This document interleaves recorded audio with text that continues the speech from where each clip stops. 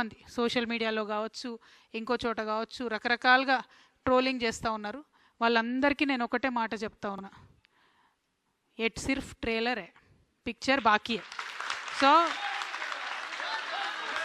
So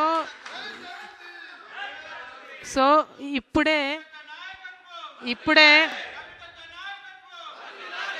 ఇప్పుడే తొందరపడి మాట జారకండి, కారు కూతలు కుయ్యకండి.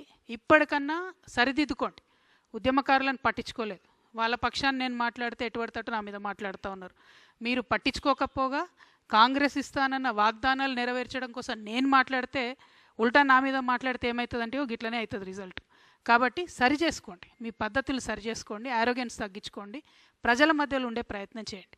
At the same time Congress పార్టీని కూడా మేము డిమాండ్ చేస్తూ ఉన్నాం, ఏవైతే హామీలు మీరు ఇచ్చారో అవి నెరవేర్చడానికి మీకు ఒక అసెంబ్లీ వస్తూ ఉంది. ఇప్పుడు అసెంబ్లీ పెడతా ఉన్నారు బడ్జెట్ సెషన్, అందులో అన్నీ కూడా మీరు హామీలు నెరవేర్చాలని చెప్పి నేను కోరుతా ఉన్నాను.